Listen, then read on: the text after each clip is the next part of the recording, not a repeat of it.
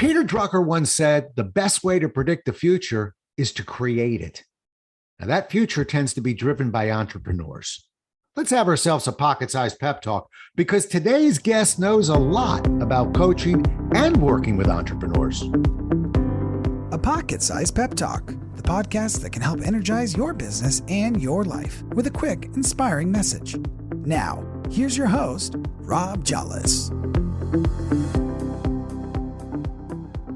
Today's guest, Simon Vincenzi, is a multi-award-winning serial entrepreneur, an author who's helped people to launch more than 500 profitable businesses, before he reached the age of 30. He writes for Forbes, Entrepreneur Magazine, The Huffington Post, and is featured regularly on TV and radio talking about entrepreneurship and the current small business landscape. And that's why I wanted him on this show. Welcome to the show, Simon. Hey, Rob, it's great to be here. Well, it's good to have you here. What time is it over there where we're talking to you? 8 o'clock, 8 p.m. I'm in London, in the not so sunny London. Okay. Yes. I've been to your not so sunny London before, but enjoyed the heck out of it. And it really is a pleasure to have you here. So let's get to work. And I got to tell you, I want to just start with the bio a little bit. More than 500 profitable businesses. So how? Tell me one, how you did that. And I'm assuming these are coaching clients. But then two, and I'll remind you of this question, are there two or three common lessons that you're starting, or themes that you're starting to see when you work with that kind of pool of clients? Yeah, absolutely. So how I started my journey in business when I was 22. So by the time I reached 30, that was already a good 8 years in business. And I'm one of these people that I don't know to do things in half. If I'm in it 24/7. So it became my obsession, not only growing my business, which was the first business and event company at the time, but also the businesses of the clients that then at some point we started working with. And before reaching the age of 30, we had more than 1,000 clients. Of course, as you know, not everyone is going to be profitable in the long term. So that meant about 50% of them then were profitable in the long term. Right. And going back to the lessons, what is the difference between the ones that are more profitable and the ones that are less profitable? I'll bring it down to three key areas. Number one is your visibility, the way you're known, how your profile is built, how people know about you and your business. The second one is your community, because having a community becomes the difference between finding new clients all over again every single day, or actually having already a pool of pre-qualified clients that love you, they want to work with you, they want to buy your product and services, and they buy it over and over again. And then the third one is your recurring revenues. If there are businesses that are based on transaction, going back to the previous point, it's a hard work to make a new sale every time. Right. But when you get people paying over and over again, whether it's on a monthly, on a quarterly, or a yearly basis, now it gives you a good breathing space. So you have a strong foundation where, of course, you can build on top of it. So I boiled it down to these three things: visibility, community, and recurring revenues. Right. You're like the LeBron James of entrepreneur coaches, started at a very young age and have really made an impact. But let's unpack it a little bit.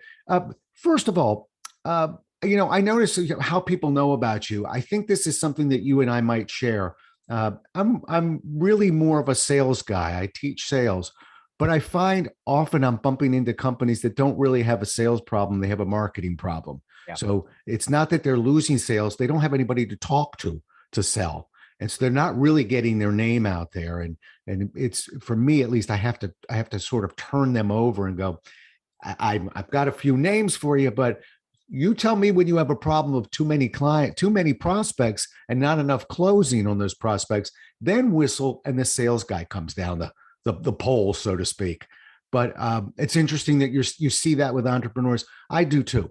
It's always, you want to have a good business, go find some clients. That's the starting point. That's exactly the starting point. Because if people don't know about you, then you can be the best one in your industry, the best one in your field. Move to move to the community piece, because that's interesting to me. I don't hear that brought up a whole lot. So, with regards to entrepreneurship, um, talk to me about why you think community is a crucial part of all this. I got to tell you first when I learned about this and how I learned about this, because that was an experience that transformed the way I see business forever, like completely.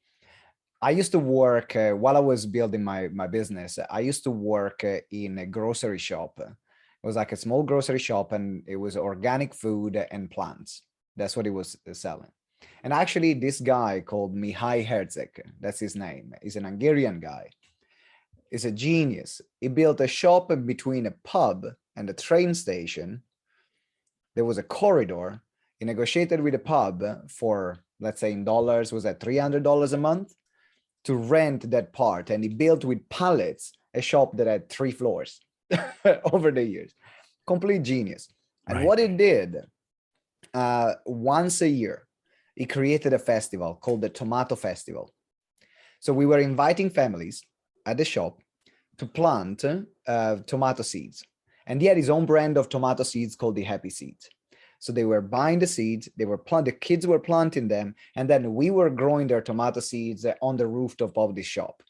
And I was there watering these 2,000 plants of tomatoes every year. And then a few months later, we were doing a festival called the Tomato Festival, where we were closing an entire road and collaborating with different businesses in the local area. We had live music, we had food, we had arts, we had crafts, and families were coming to collect the tomato plants of their kids. They were happy. You can see like everyone was having a great time. Guess how much marketing this guy was doing throughout the year? Zero. Zero. Wow. Zero. That one thing that built a community and brought people together that he was organizing was giving me the clients for the entire year. Because what do you do when the kids come to the shop and plant the seed? You become friends with the parents and you become friends with the kids. Now the kids want to come back to the shop. And so where do the parents now go and buy their fruit and vegetables and plants? They come back to the shop. And when we were talking, he said, this is the best thing you can do in business. You build your community and your community will build your business.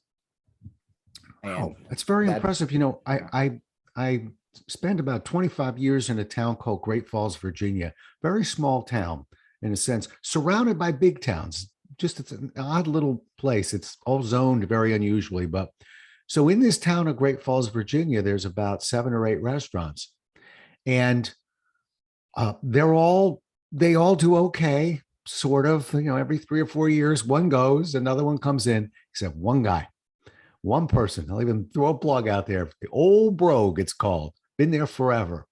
And this person is extremely successful, sort of lines to get in, very loyal staff. But to your point, extremely involved in the community. The fireworks show is handled by the Old Brogue for the community. The big, massive 50-foot Christmas tree is handled by the Old Brogue for the community. All sorts of little charitable pieces for the community. What's called a coffee and cars, where people bring all kind of vintage old cars and just line them up and just talk about their cars. Oh, he's serving coffee, but he's told me he makes very little to nothing off of this car piece. But he's bringing these people in. He's a friend of the community, and we all know him by his first name. I don't know anybody in the other restaurant's name, let alone their first name. It speaks to your point. He has tied himself to the community, and he's part of our community. If anything happened to that restaurant, it would be the community that would bail him out, I can assure you. And that's exactly what happened. So the pub they change ownership. So then they decided, say, okay, we want to take that piece of land back. You have 2 months to take everything down and pack. So we had literally people doing human chains to stop taking down that place. But unfortunately, it didn't work out. So then the shop moved, and then we opened another restaurant, which is an Hungarian restaurant, which is still there, just a few, like 500 meters away. And and he still does his thing. He still does the tomato festival, and it brings people together. And the thing, the lesson is also going back to your point, to your example. If you become the person who brings people together, doing other things that are attracting the people that you want to attract, but not in a direct way, then they become friends with you. And when they become friends with you, they want to do business with you. And then at that point, you have a client for life. Right. I sometimes call them super clients. They'll, Yeah. those are the ones that are talking you up.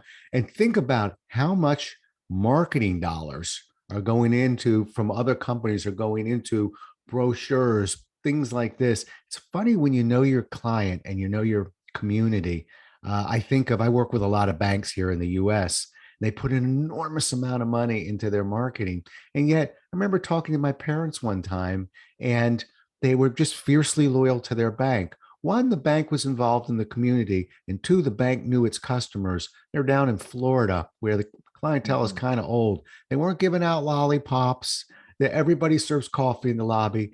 They were giving out dog biscuits because many of the older people there have dogs, and they knew the names of their dogs and gave them dog biscuits. And my parents would drive across town to get to that branch to deposit a check because of that type of relationship. Very impressive. That's the power of community. That's Power of community. Okay. Well, you got me sold. Oh, let me take a break because I think this is really interesting. I want to make sure you coach different clients. You coach entrepreneurs.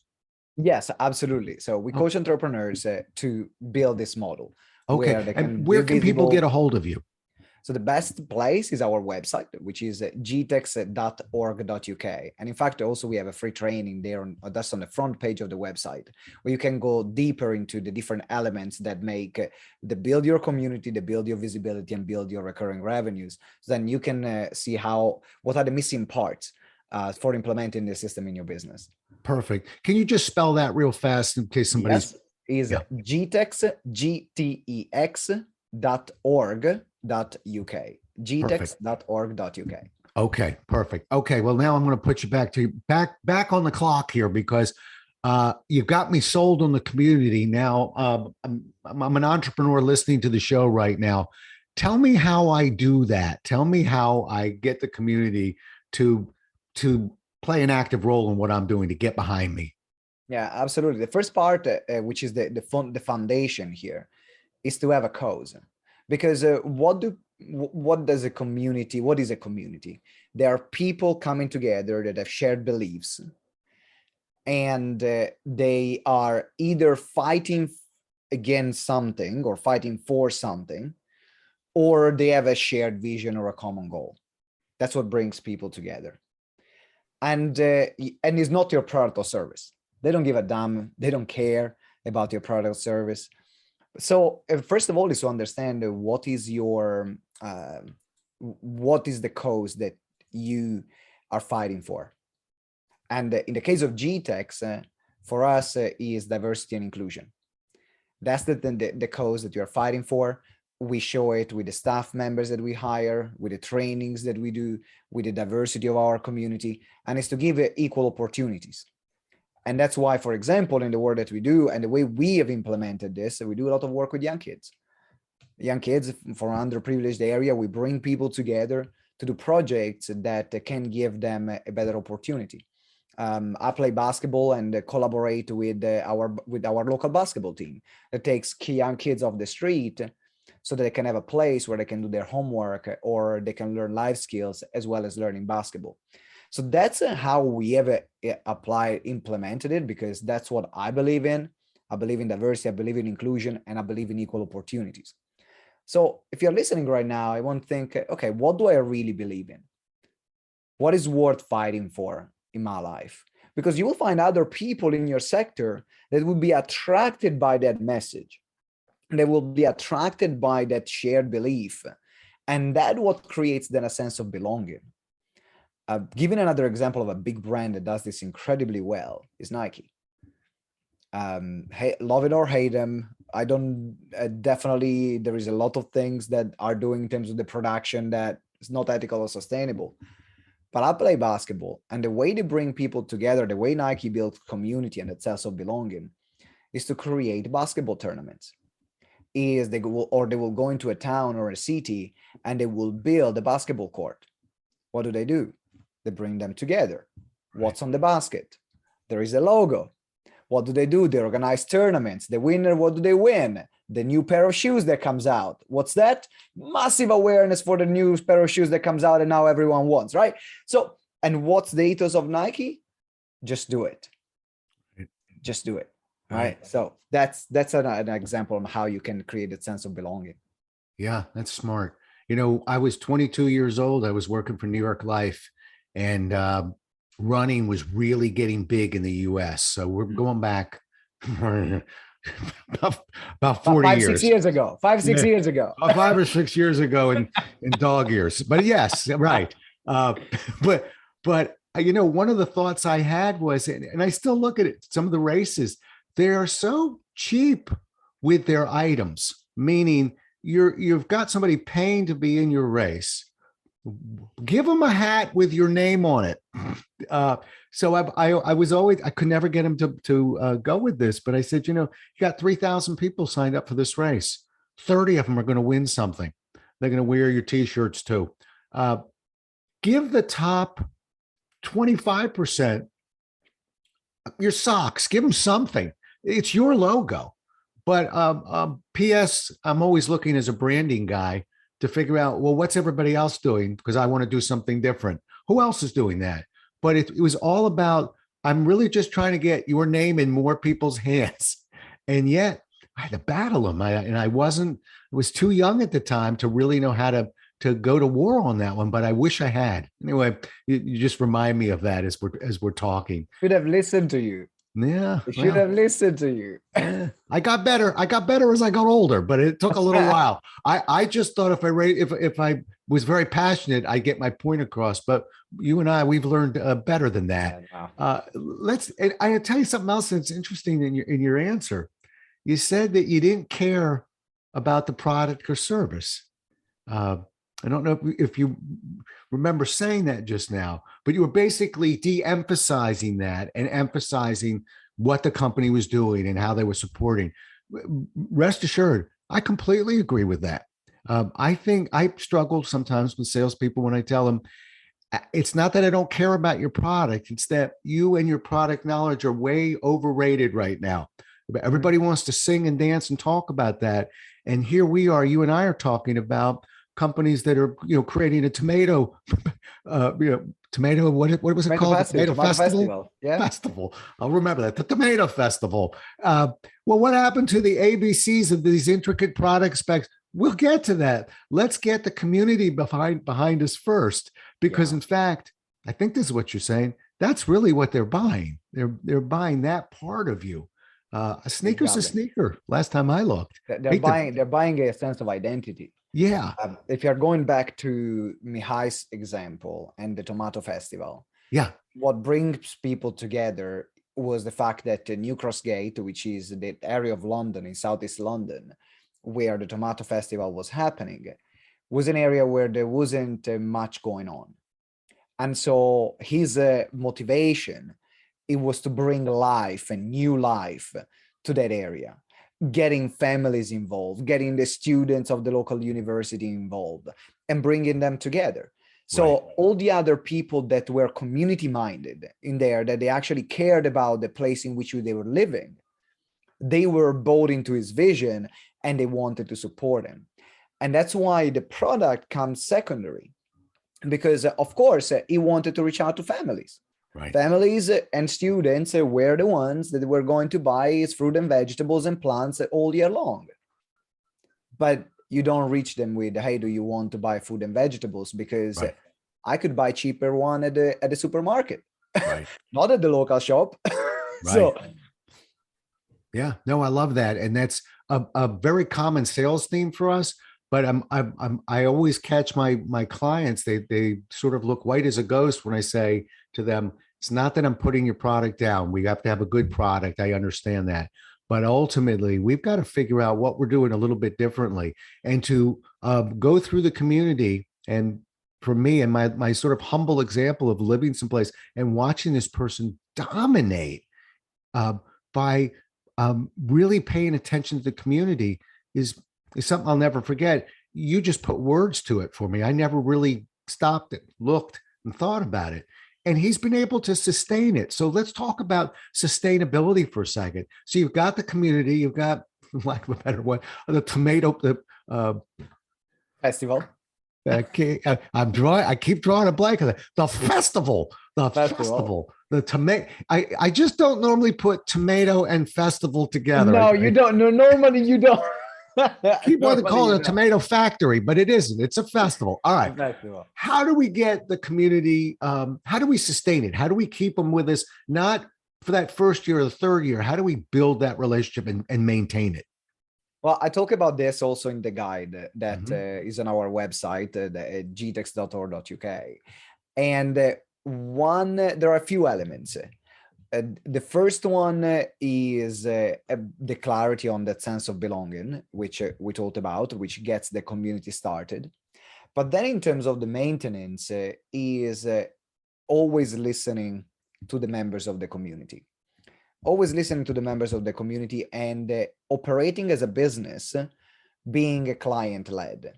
Now, we've been running GTEx for the past, now we are in our 10th year of business with GTEx.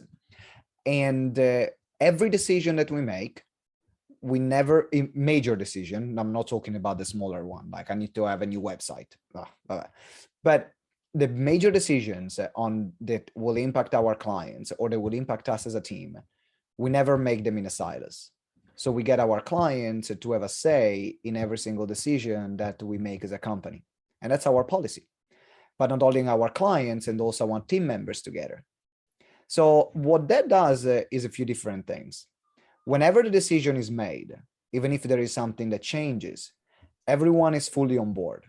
Or even if they don't agree with it, because maybe they were part of the minority that didn't want that particular change, they've been part of the entire process, which is very transparent, and that brings trust. Right. And so that element of trust is what is going to get people to stay and to recommend other members, because they know that it's a safe space that they're going to take and their voice matters. So that's the first part of involving your community on every single decision that concerns them. And then the other part is also a bit more of decentralization, because you arrive to a point where you can't run the community anymore, or you can't manage the community anymore. Because either what do? You manage the business or you manage the community. You can't manage the single individual relationships within the community. So then it becomes it's important to create a structure when you're scaling it up. Now you have hundreds or thousands of members in your community. So what's going to be the hierarchy of this decentralization? And our policy that we found worked really well is always recruiting from within. So anything that needs to deal with the community, we recruit either volunteers or paid members that are there, that already have an influence in the community. So it's beautiful because you see already when you observe, you see the personalities that emerge, even in an online space. And you see where people are coming from. Who are the people that without even being asked, they go and give the extra hand or the extra support, that they come to you and say, hey, if you need anything, I'm here, without even asking. And then you pay attention. Right. And so now you can start placing them in position of leadership. And that's why, for example, now we have a structure where the community can run. It has the same ethos, the same values, because they were part of the community first before becoming leaders. And now you can take a bit more the hands off and mainly focus on the direction of where the community is going, rather than the individual relationships that are still important, but you don't have time for hundreds of relationships at the same time. Yeah.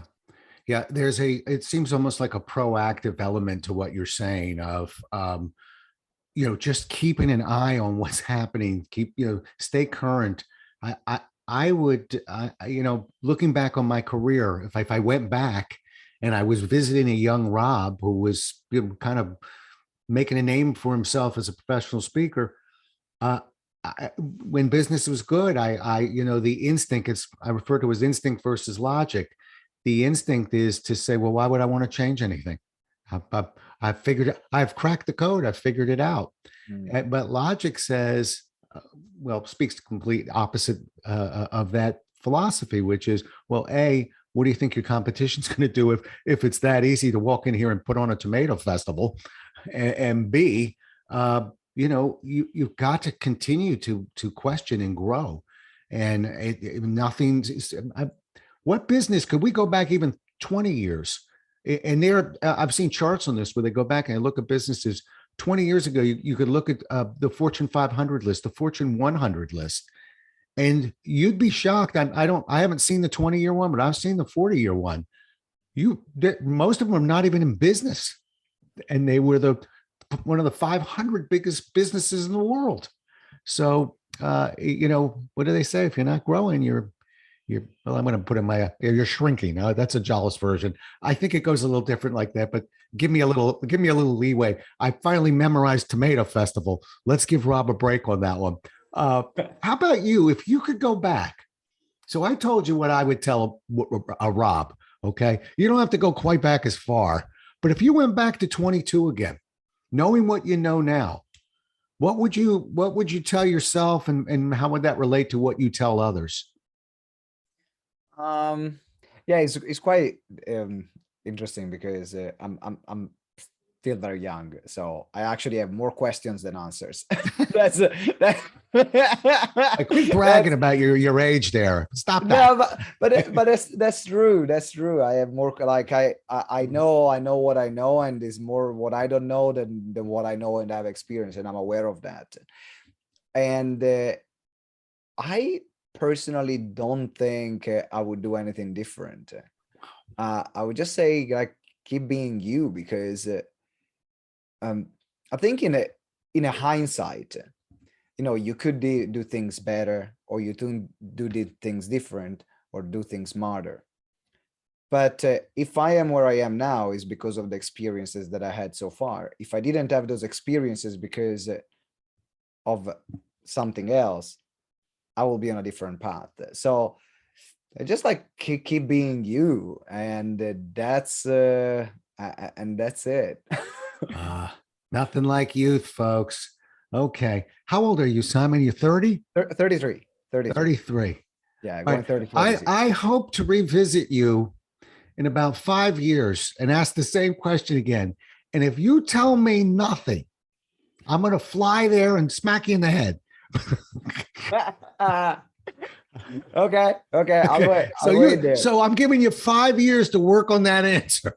Okay, give me 5 years. I could look at it and say it's about a third of your life we're going back on. That's fairly significant. I'll leave that one away. How about mentors?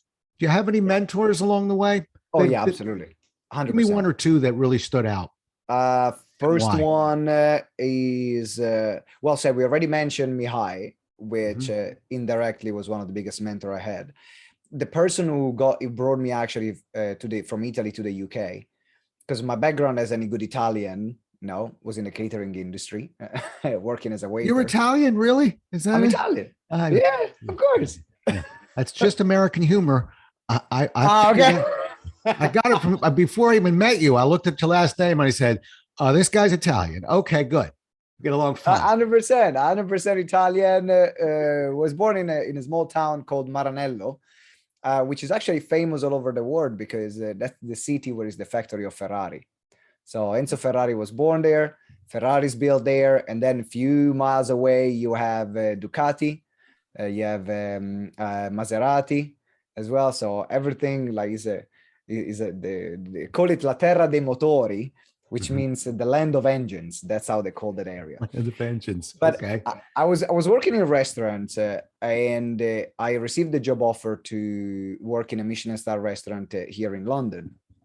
And the guy that brought me here, called Pietro Fraccari, is the person who saw for the first time something in me that I couldn't see myself. Like, in my mind, I started working in catering in restaurants when I was 14. My career was going to be in restaurants. Right. And he said, I think you have something special. Just work on yourself. I think you can do more than being a waiter in your life or managing restaurants.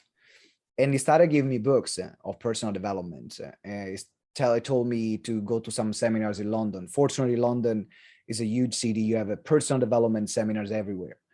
And it's very easy to tap into that community. And that what I'm incredibly grateful for, because I got introduced to the personal development world, and I did my first event with Tony Robbins when I was 22.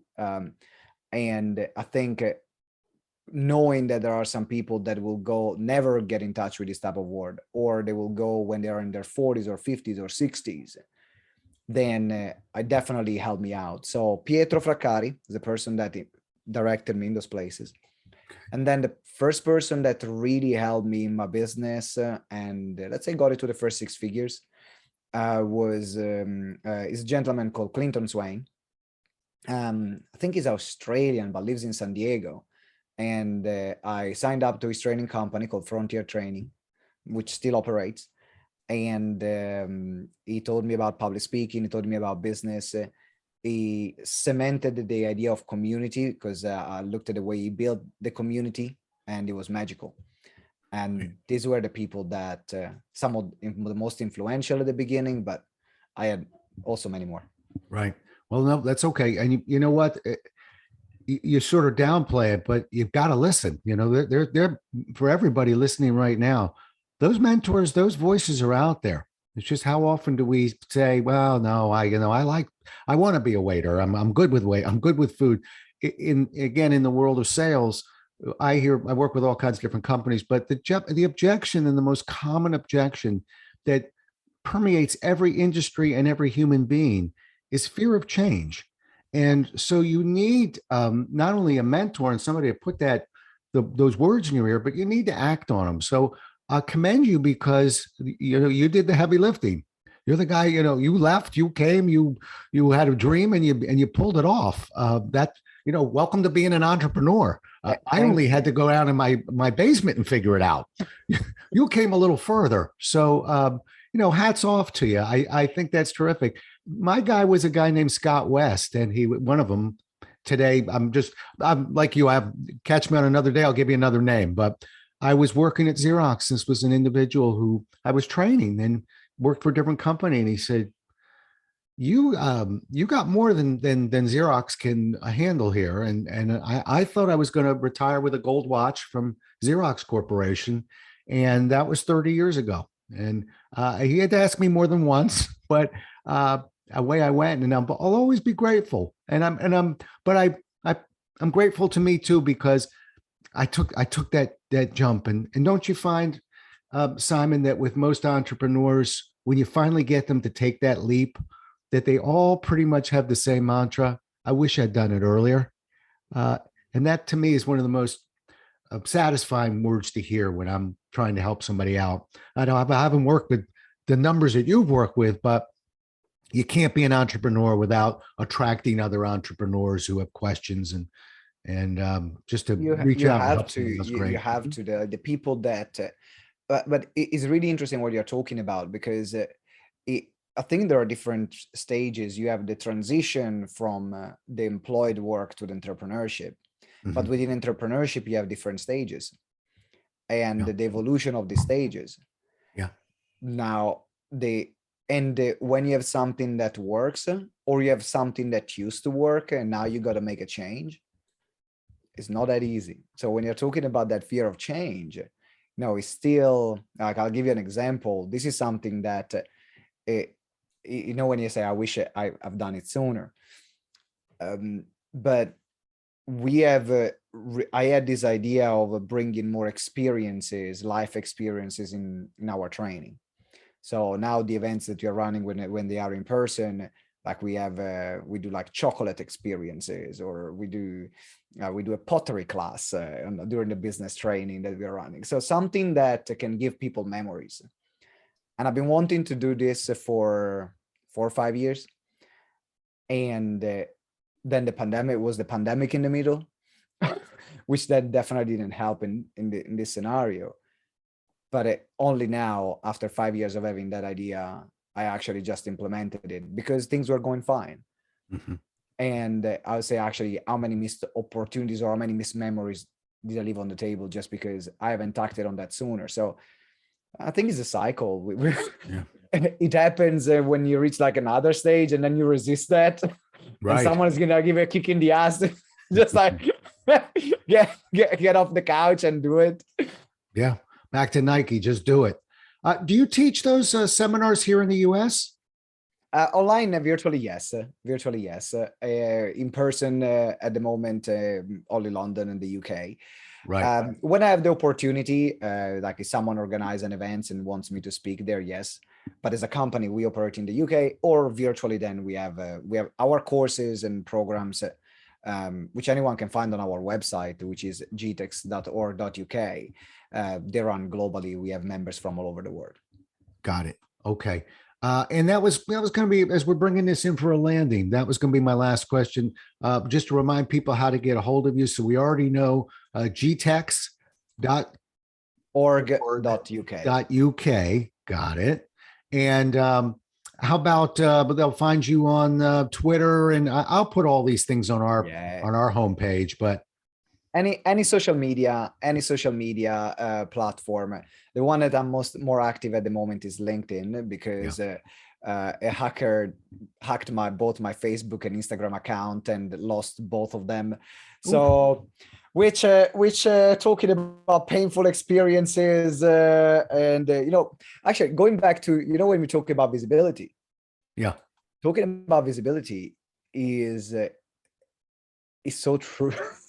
Like when you don't have an audience, it's way more difficult, of course, to build any sales and so on. But what was interesting is that I built quite a large audience, and then I lost it by literally last October because of what happened with Facebook. And then doing business was more difficult. Right. So I can actually, after years of, put a post out, put a message out, send an email, you get clients. And I was like, I need to redo the things that I did at the beginning. Of course, I got more reputation, more connections, a bigger database.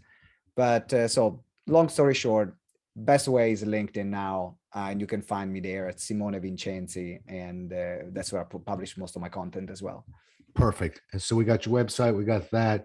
And you see now we found something. If you get to go back and visit the 22-year-old you'll tell them, get a better password. I don't know. Keep an eye on back wherever you could have protected yourself. But those hackers, if your number's up there, it's up. Listen, it's been a pleasure talking to you. Really enjoyed it.